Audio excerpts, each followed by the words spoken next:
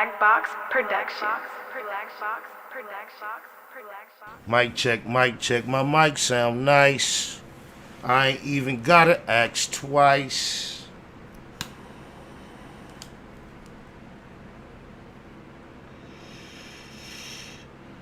Hey, I posted. I had what they call it pinned. I pinned that comment about Kansas City being in the building. Salute to Kansas City. Good looking, Daryl. Love mate. That's on my mama. I just finished reading the homie book. It used to be called Live by the Gun. Now it's called Gun Talk. Big Kiko, it's a good read. About Pistol Pete and your homies. He got real graphic too, though. It's hard. I'm gonna try to ask permission to read the book with y'all. Maybe we go a few chapters at a time. We'll see what he say on my mama. Hey, the reason why I pinned the message about Kansas City is because I had already planned on speaking on Kansas City based on the football game last night.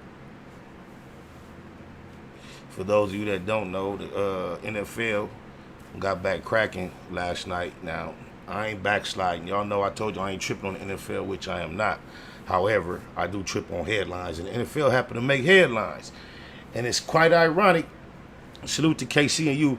I'm not putting this on your scene, but you know, throughout the game yesterday, during the game at some point, the players took it upon themselves to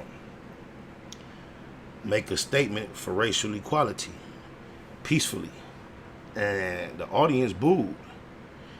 After everything our country's gone through in this year, it's almost like them booing the pink, the pink that the NFL has dedicated itself to on the last few Octobers. Even though it seemed to die off last year, but that's how blatant and disrespectful it was to boo the statement that the players decided to make on behalf of racial equality. And it just put us a reminder that, you know, once the thrill is gone, all the emotional immediate response of what we saw happen. I even watched Court TV, bro. And y'all get ready. It's going to be a roller coaster trial on that George Floyd thing. They done freeze the little screen of a video down to a freeze frame to show what could very easily be a Tic Tac or some type of breath mint that appears. It could even be a tooth.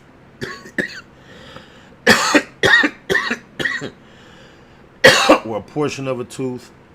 It could be a number of things other than what they are attempting to call it, fentanyl on his tongue. This trial finna get tricky on my mama. But Kansas City, they booed the players when they made their little gesture on behalf of what people that like us have been going through in America. When I would think finally, you know, general public, organized sports will finally get it. That sports and entertainment comes secondary to the issues that we've been protesting and we are continuing to protest. I guess they thought after that wave of emotion, that initial whatever, that it was over with. I guess they don't realize that this is a plight that has started, that is not going to go in reverse.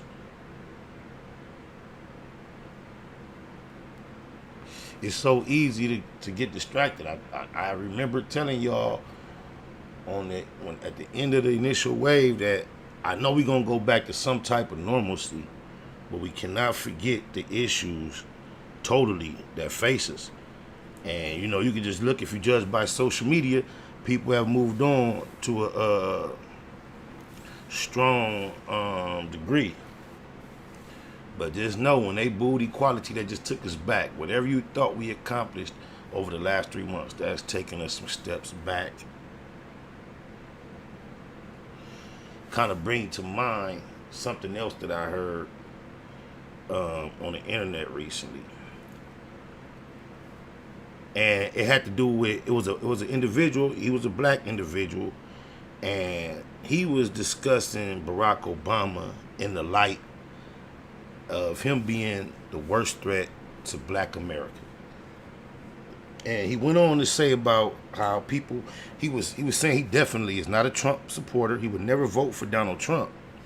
And he said he hears everything that people say about Donald Trump. He's a bigot. He's against blacks. He don't like them. Blah, blah, blah, blah, blah. He said with all that being true, understood and accepted, he still sees Barack Obama as the biggest threat to Black America.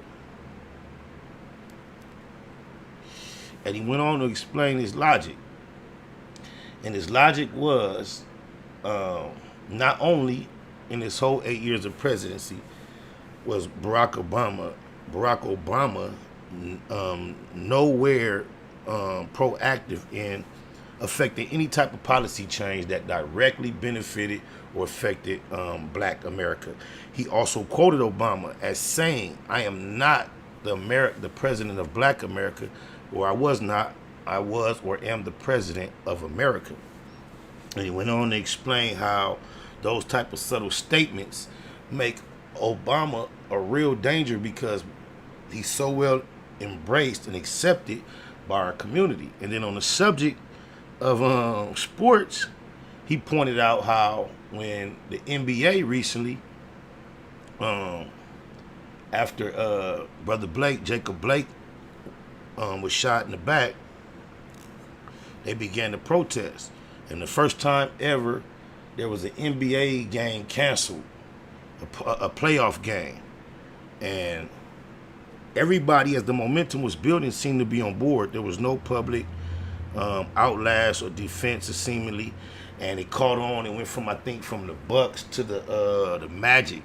And right at that point where it seemed like other teams are going to catch fire, it's reported that Barack Obama spoke with Chris Paul, LeBron James, and a few others and said, hey, don't do this. And the point being made throughout the whole thing was this was a time where America will finally get a chance to feel the financial effect of us raising our collective voices of a cause. Because what the NBA has already suffered due to the COVID has been strenuous. And for them to try to jump back up, it's almost like getting knocked out, you're drowsy, you're trying to get back up. And for them to open back up and try to get it back rolling, and for that blow to be dealt of a holdout where they would have, if the players would have continued to allow that fire to catch, it would have really been a financial blow to the system in which is desperately needed for our voices to be heard. And he was explaining how the only person that possibly could have got these dudes to stand down was Barack. And then he stepped in and he made these type of requests, and we saw they went back to work, they went back to play.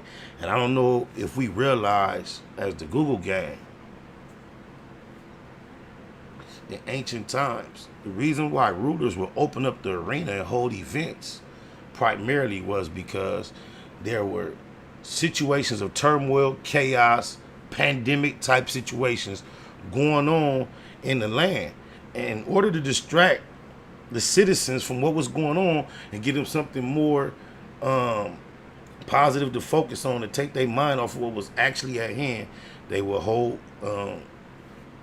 big stadium events. Right now, we're in the middle of a whole lot. And a politician such as Obama feels like it's very, very, very, very important to keep the games going. Oh, my mama, I don't know. We probably could stand to watching. I just found that was kind of interesting the way old boy laid that out. It was very eloquent because nowhere in there did he support Trump at all. Trump has no filters. You know he don't like us. It is what it is. That is kind of like what America has smelled like our whole experience in America. That's no big surprise. That's no big shock. But to have someone that looks like us that finally gets to play the role of a Trump, but subtly push the fire out every time it gets lit to the point where the system is going to feel some real pressure, I can see why dude said what he said. On my mama, in times like this, we need a friend, a real friend, I know fake friend. On my mama.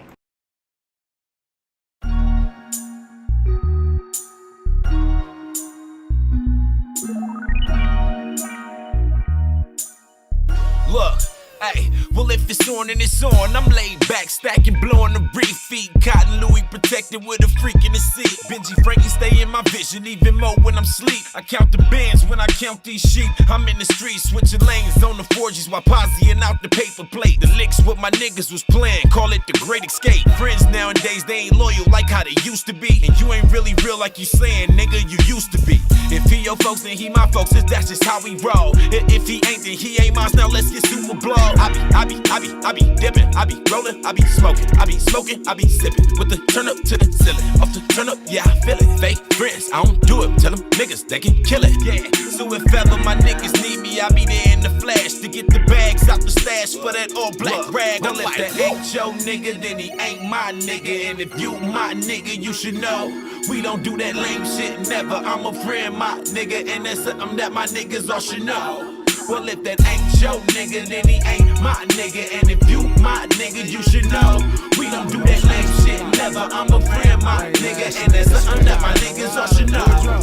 Hopping out on feet, aiming at the enemy, squeezing little Hennessy or Remy, all I need for a reason. Quarterback for years, I did plenty receiving. Now I'm coaching while approaching my 20th season. Every turn I get, I leave the mic in a tourniquet. Tonight might light the roof on fire, let it burn a bit. Don't dance, never did the Dougie or the Nay-Nay, no bromance. Neighborhoods love me, I'm a nay-nay. I'm way more proactive than a lot of these cats. Not only that, me and Woodrow know how to react. Death before dishonor on shites, never see me run since BB guns. In the streets with PP sons, Eastside dumb. In case you're wondering where I'm from, 197, 971, SPI, fly crippin' to the day that he died. R.I.P. to J.R. and Baby B.I. Well, if that ain't your nigga, then he ain't my nigga. And if you my nigga, you should know we don't do that lame shit, never. I'm a friend, my nigga, and that's something that my niggas all should know. Well, if that ain't your nigga, then he ain't my nigga. And if you my nigga, you should know we don't do that lame shit, never. I'm a friend, my nigga, and that's something that my niggas all should know.